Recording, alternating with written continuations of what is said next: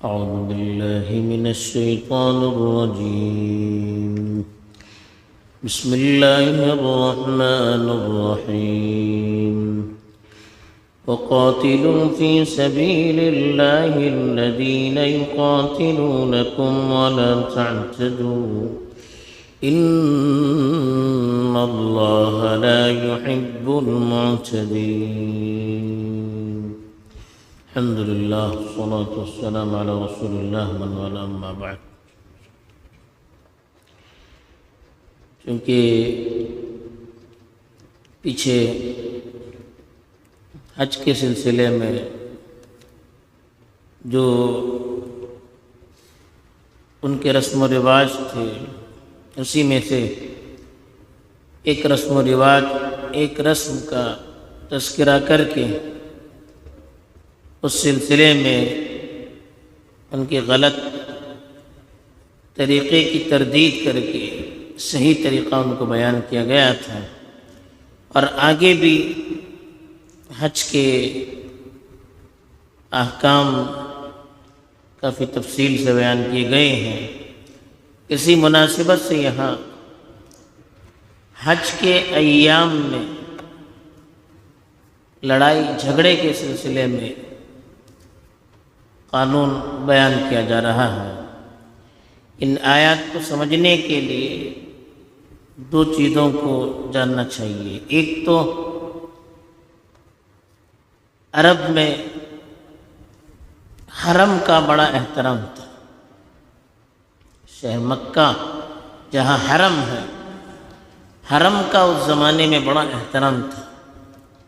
حرم میں وہ لڑائی جھگڑا نہیں کرتے تھے، جانی دشمن بھی اگر حرم میں ملتا تو اس پر ہاتھ نہیں اٹھاتے تھے۔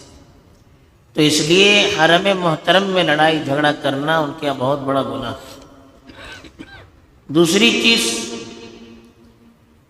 محترم مہینے جو تھے، کچھ مہینے ان کے یہاں محترم مانے جاتے تھے۔ ذی قعدہ ہے، ذی الحجہ ہے، محرم اور رجب، یہ 4 مہینے اشہر حرم کہلاتے تھے، محترم مہینے۔ خاص طور پر ان ایام میں وہ حج و عمرے کے اعمال ادا کیا کرتے تھے۔ تو یہ مہینے بھی ان کے یہاں بڑے محترم تھے، اور اس میں جنگ کرنے کی اجازت نہیں تھی۔ تیسری چیز، یہ آیت جس موقع پر نازل ہوئی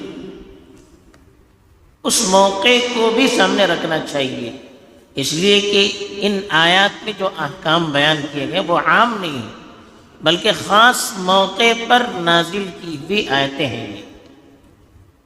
سن 6 ہجری میں رسول اللہ صلی اللہ علیہ وسلم اپنے صحابہ کو لے کر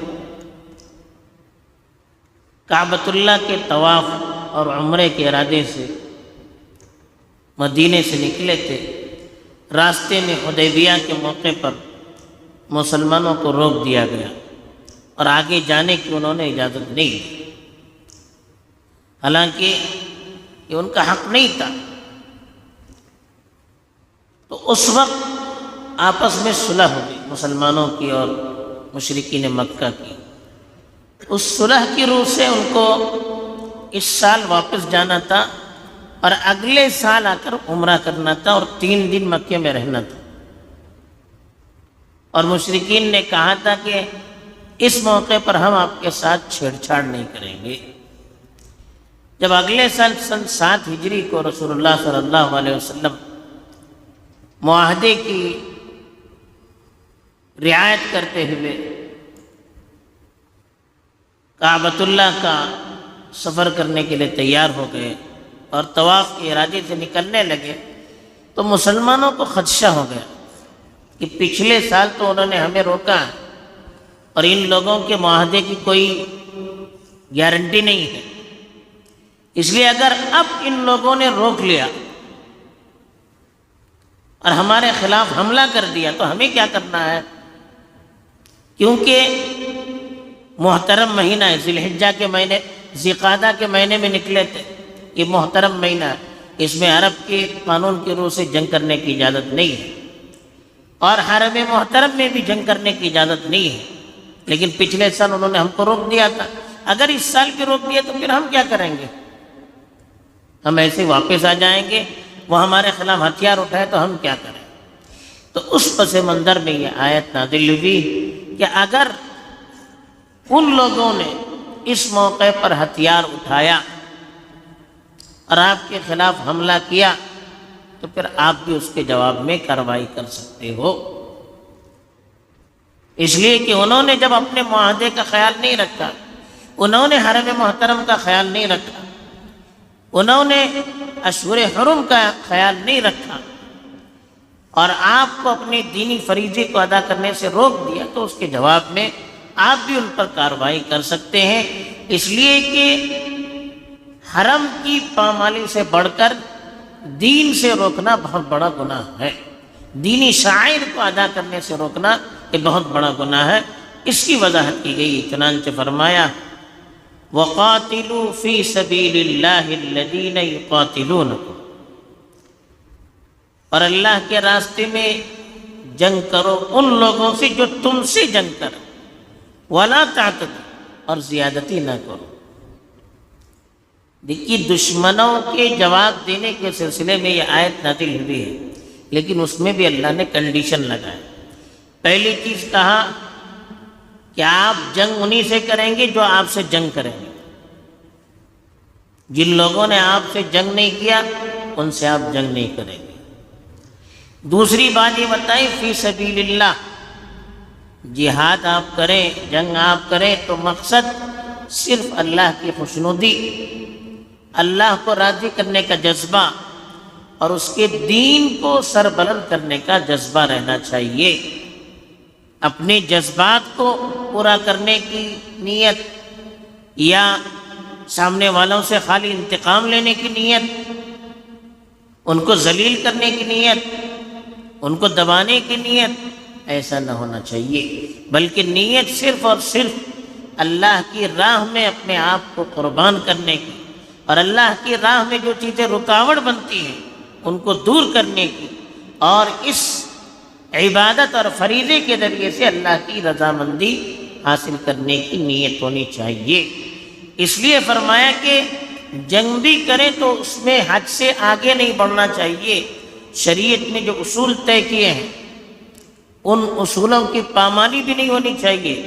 شریعت میں کہا گیا کہ جو آپ کے مقابلے کے لیے آئے بس ان سے مقابلہ کرنا، اور کسی سے مقابلہ نہیں کرنا، اگر اور کسی سے آپ مقابلہ کریں گے زیادتی ہوگی۔ شریعت میں کہا گیا کہ عورتیں ہیں، بوڑھے ہیں، بچے ہیں، جو اپنی اپنی عبادت گاہوں میں عبادت کرنے والے ہیں یا جو صلح پسند لوگ ہیں ان پر حملہ نہیں کرنا چاہیے، اگر آپ نے ان پر حملہ کیا تو یہ بھی زیادتی ہے۔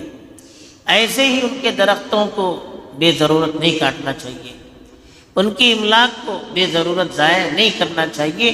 یہ سارے کنڈیشن ہمیں شریعت میں بتا دیے گئے ہیں، ان کنڈیشن کی خلاف ورزی کرنا یہ بھی زیادتی ہے، یہ بھی گناہ ہے۔ تو اسی لیے اللہ نے کہا، پہلی چیز بتائی وَقَاتِلُوا فِي سَبِيلِ اللَّهِ، کہ اللہ کے لیے اللہ کے راستے میں جنگ کرو، الَّذِينَ يُقَاتِلُونَكُمْ، ان لوگوں سے جو آپ سے جنگ کرنے کے لیے آئے، وَلَا تَعْتَدُوا، اور زیادتی نہیں کرنا۔ شریعت نے جو اصول بتائے ہیں، جو قوانین بتائے ہیں، جو حدود طے کیے ہیں، اس کو پھلانگنا نہیں، اس سے آگے نہیں بڑھنا، اس کی خلاف ورزی نہیں کرنا۔ کیوں؟ ان اللہ لا يحب المعتدین، معتدی کہتے ہیں ظلم و زیادتی کرنے والے، اللہ تعالیٰ ظلم و زیادتی کرنے والے کو پسند نہیں کرتے، جو حق کو تجاوز کر کے آگے بڑھتا ہے، جو شریعت کے اصول اور قوانین جو گائیڈ لائنس ہے اس کو پھلانگ کر آگے بڑھتا ہے، اس کی خلاف ورزی کرتا ہے۔ جہاد جیسے عمل میں بھی اپنی خواہشات کو پورا کرنا چاہتا ہے، اپنی منمانی کرنا چاہتا ہے، اپنے جذبہ انتقام کو پورا کرنا چاہتا ہے، ایسے لوگوں کو اللہ پسند نہیں کرتے۔ اسلام کا اصول یہ ہے صلح کریں تب بھی شریعت کے قانون کے دائرے میں، جنگ کریں تب بھی شریعت کے قانون کے دائرے میں، صلح کریں تب بھی اللہ کو راضی کرنا ہے، جنگ کریں تب بھی اللہ کو راضی کرنے کا مقصد ہے۔ اس لیے جو بھی کریں ہم اللہ کے لیے کریں اور اللہ کے طے کیے ہوئے دائرے کے مطابق کریں، تبھی اللہ کے نزدیک ثواب کا کام سمجھا جائے گا اور اس میں اللہ کی مدد ہوگی، ورنہ اللہ کی مدد نہیں ہوگی۔ یہی پیغام دیا گیا ہے، باقی تفصیلات آگے بیان کی جائے گی۔ اللہ تعالیٰ صحیح سمجھ نصیب فرمائے اور شریعت کے دائرے میں رہ کر زندگی گزارنے کی توفیق دے، آمین۔ وآخر دعوانا الحمد للہ۔